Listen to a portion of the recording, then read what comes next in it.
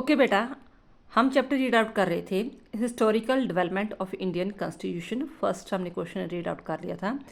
Next question है write down any two provision of the act 1858 कि 1858 अगर act बना ही लिया था इंग्लैंड वालों ने, इंग्लैंड की पार्लियामेंट ने, उसके अकॉर्डिंग कौन कौन सी प्रोविज़न जो बनाई थी, कि क्या क्या सुविधाएं बनाई थी, कि हाँ इस एक्ट के अकॉर्डिंग क्या चेंजेस लाने वाले थे वो। फर्स्ट चेंज लाया उन्होंने ट्रांसफ़र ऑफ पावर। आपको पता है कि पहले पावर किसके पास थी? ईस्ट इंडिया कंपनी के पास। इसी के कारण रिवोल्ट हुआ था ना। अब उन्होंने क्या किया, the under this act the administration of India was taken away from the hands of the company and was handed over to the crown. Now the government and the revenues of the Indian treasury together with the paramountcy rights over and tribute from the Indian states were vested in the crown. First step उन्होंने क्या उठाया कि जो British India के पास जो सारी power थी उससे छीन कर सारी पावर उन्होंने क्राउन को दे दी, यानी कि इंग्लैंड के पार्लियामेंट के पास सारी पावर चलेगी। इसके अधीन ये था कि जो भी वो इंडिया के रिलेटेड निर्णय लेना चाहते थे वो सारी पावर अब ब्रिटिश गवर्नमेंट के पास चली गई थी। ईस्ट इंडिया कंपनी अब इट मीन्स एंड ही हो गया था उनका, अब वो कुछ भी नहीं कर सकती थी। ये हुआ। Second, appointment of the secretary of the states. अब उन्होंने एक सेक्रेटरी नियुक्त कर दिया। Under this act provision was made of the Office of Secretary of State to look after the administration of India, who was to be appointed by the King of England. Secretary of the States for India was to be the member of the British Cabinet and he was to responsible before the British Parliament. इस act के अधीन उन्होंने एक secretary नियुक्त किया और ये जो सेक्रेटरी का इसका काम क्या था कि इंडिया के सारे प्रबंध के बारे में ध्यान रखना और उसकी रिपोर्ट जो इंग्लैंड की सरकार को देने।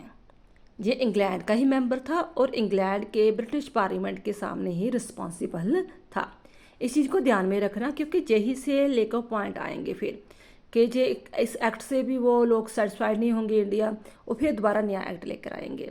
ठीक है, इसमें चीज़ क्या आ रही है कि जो सेक्रेटरी था वो इंग्लैंड का ही था, ठीक है, और मेंबर भी वही का और रिस्पॉन्सिबल भी उसी के सामने था, ब्रिटिश पार्लियामेंट के सामने ही रिस्पॉन्सिबल था। ये दो प्रोविज़न थी। और भी कई नई प्रोविज़न थी, जैसे अगर आप करना चाहते हो तो ये दो पॉइंट किए, transfer of power, appointment the secretary of the state. तीसरी प्रोविज़न क्या की, formation of Indian council. Indian council की भी एक नई इंडियन काउंसिल भी बनाई गई। ठीक है, इसमें यह था कि they must have served or resident in India for at least 10 year. कम से कम मान लो चाहे वो ब्रिटिश का ही हो लेकिन उसने 10 साल कम से कम इंडिया में सर्विस वगैरह की हो। इसके कारण क्या हुआ कि उनको इंडिया वाले लोगों का एक्सपीरियंस हो गया था। फिर फोर्थ पॉइंट ये आता है कि power of the secretary of the state for the India. The main responsible of the secretary of the state was to properly run the administration of India. He was to act according to the advice of the Indian Council in the matter related to the taking loans by the government of India. Appointment of the civil service were to be made by the open competition under the rules of the framed by the secretary.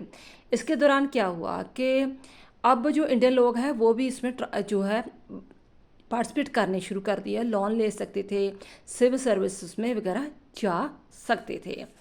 इसके अलावा और points आते हैं to present report before the British parliament.